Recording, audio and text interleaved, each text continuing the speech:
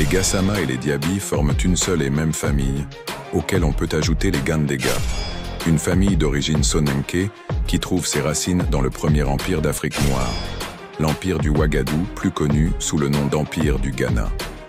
Les Gassama et les Diaby descendent de Dinga, plus connu sous le nom de Kayamaka. Il est considéré comme étant le patriarche de tous les Soninké. Dinga eut 3 enfants. Son premier fils, Kiné, qui lui-même eut 2 enfants, Sakarake et Sorona.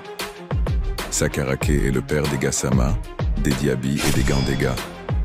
Les Gassama Diaby, ou Diaby Gassama, vivaient avant l'existence du Ouagadou, ou empire du Ghana, dans la zone d'Aourou, au nord de l'actuelle ville de Kayes. Ils ont ensuite migré vers le Tagant dans l'actuelle Mauritanie, dans le Wouli en Sénégambie, mais aussi dans la région de Kédougou, au Sénégal et en Guinée. Les Diaby Gassama sont présentés comme une lignée cléricale de la royauté des Doucouré des environs de Goumbou dans la province du Ouagadou. Vers la fin de l'empire du Ghana, un chef portant le patronyme Diaby aurait succédé au roi du clan des Sako. Les Gassama Diaby ont successivement habité plusieurs régions, le pays de Boron et de Madina Sako, puis la zone de Tambacounda, le Tomora et le Diakon, le Megetan, Baraweli, le Bakounou et enfin le Diafounou.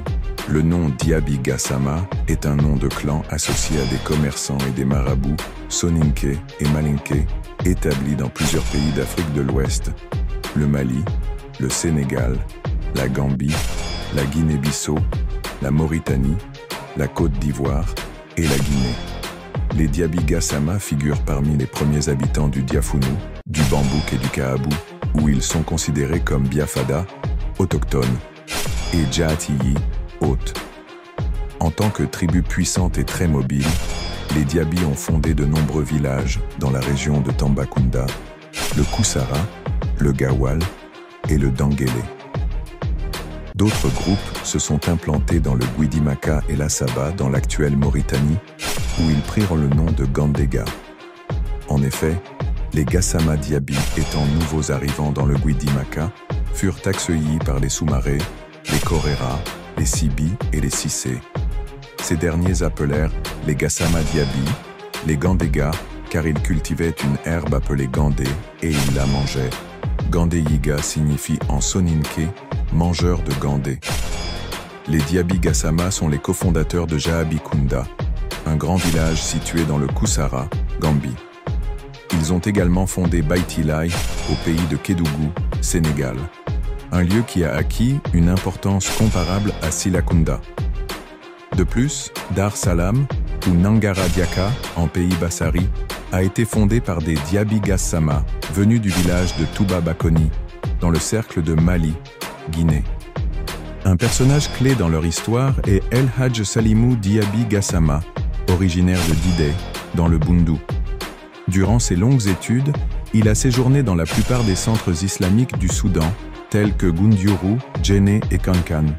Maître de 40 sciences, il s'est finalement installé vers 1804 pour fonder, avec l'autorisation du chef du Diwal de l'abbé, Touba Koto, la vieille Touba.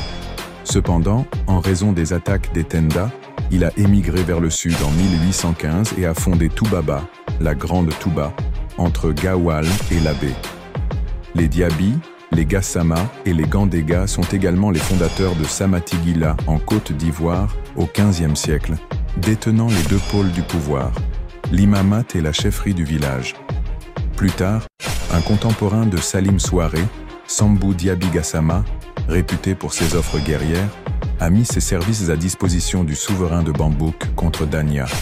Il a migré de Djimbala Diaka, dans le Massina, avec 12 Kabaïl, tribus, pour accompagner Al-Hadj Salim. Les Diaby Gassama sont à l'origine des colonies Diakanké du Fouta Djallon. Les traditions indiquent qu'un ancêtre des clercs Diakanké, Salim Souaré, avait un descendant nommé Karamoko Ba Al-Haji Salimou Gassama. Ce dernier, né vers 1730 et décédé en 1829, à l'âge de 99 ans, est le fondateur de la colonie Diakanké de Touba en 1804, et il portait le Jamou, nom de famille, de Diaby Gassama. Ses 12 fils sont à l'origine de tous les Diaby Gassama, qui constituent la principale famille de Touba, et qui se sont ensuite répandus vers le sud et l'ouest, où ils sont connus sous le nom de Tubacaï. En résumé, l'histoire des Gassama, des Diaby et des Gandega est le résultat de migrations importantes et d'une interaction avec des territoires divers et des populations variées. Les Diaby Gassama, en particulier, ont joué un rôle significatif en tant que commerçants, marabouts et fondateurs de communautés dans plusieurs régions d'Afrique de l'Ouest, tout en conservant des liens avec leur passé et leurs ancêtres Soninké.